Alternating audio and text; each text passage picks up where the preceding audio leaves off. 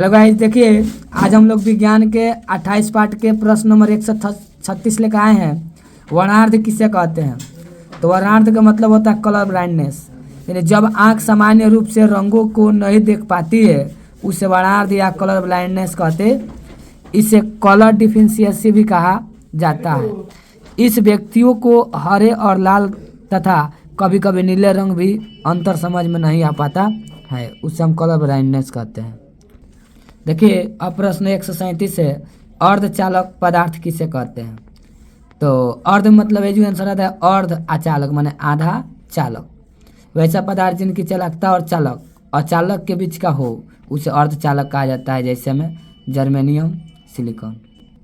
देखिए अब प्रश्न नंबर 138 है, सहसंयोजक बंधन क्या है? इसके दो उदाहरण दे। देखिए इसका मैंने उदाहरण देना था, जब दो या दो से अधिक परमाणुओं के बीच में इलेक्ट्रॉनों के साझेदारी से जब कोई बंधन बनाता है तो उसे संयोजक बंधन कहते हैं। जैसे CH4, तो जब कार्बन एगो हाइड्रोजन 4 गो, तो 4 गो हाइड्रोजन जब लगा दीजिए तो ये एक बंधन बनाएगा। इस प्रकार से हम लोग बनाएंगे इसको। देखिए प्रश्न नंबर 139 है, हमारे दैनिक जीवन में pH के किन ही 5 महत्व। माने दैनिक जीवन में pH के क्या महत्व है? तो सबसे पहले pH के महत्व समझेंगे। एक नंबर में देखिए दांतों को सड़ने से बचाता है। अगर आपके मुंह का pH वैल्यू 5.5 नीचे चला जाता है तो दांत सड़ने लगते हैं। देखिए 2 नंबर, खाना खाने पर पेट में HCl अम्ल बनते, सबको जानता है। यह आपके पेट के pH को 1 से 3 में बदल देता है, जो भोजन में प्रोटीन के पाचन में सहायता करता है।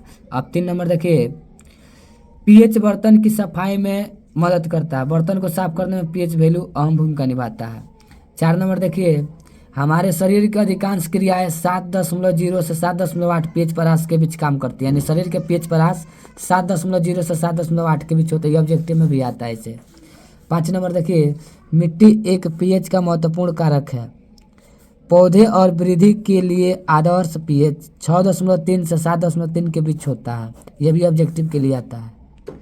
देखिए आज के अंतिम प्रश्न और प्रश्न नंबर 140, इलेक्ट्रॉन बिंदु संरचना क्या है? बहुत बार हम पढ़ा चुके होंगे कि NH3 के इलेक्ट्रॉन बिंदु संरचना खींचिए, चाहे CO2 के इलेक्ट्रॉन बिंदु संरचना खींचिए। तो ये तो पढ़ाए हैं, लेकिन आपको ये डिफिनीशन पता होना चाहिए कि कहते किसे। किसी भी परमाणु आयन के बाहरी कक्षा के इलेक्ट्रॉनों को बिंदुओं के द्वारा दिखाए जाने वाले तरीके क्यों हुई इलेक्ट्रॉन कहा जाता है। यानी कि कोई मान लो NH3 ये बोले हैं तो नाइट्रोजन 1 गो और हाइड्रोजन 3 गो जोड़ दीजिए इसे। इसके पास 5 गो होता है, 2 गो रख लिया, 1 गो ले लिया।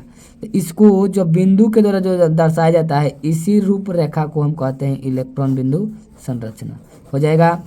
देखिए आज हमारा पार्ट 28 समाप्त होता है और 1 से लेकर 27 तक अगर आप देखना चाहते हैं तो उसका लिंक इसके डिस्क्रिप्शन में डाल देंगे, आप जा करके देख लीजिएगा। अगर वीडियो अच्छा लगे तो लाइक सब्सक्राइब जरूर कीजिएगा, बेल आइकन दबाना मत भूलिएगा। Thanks for watching video.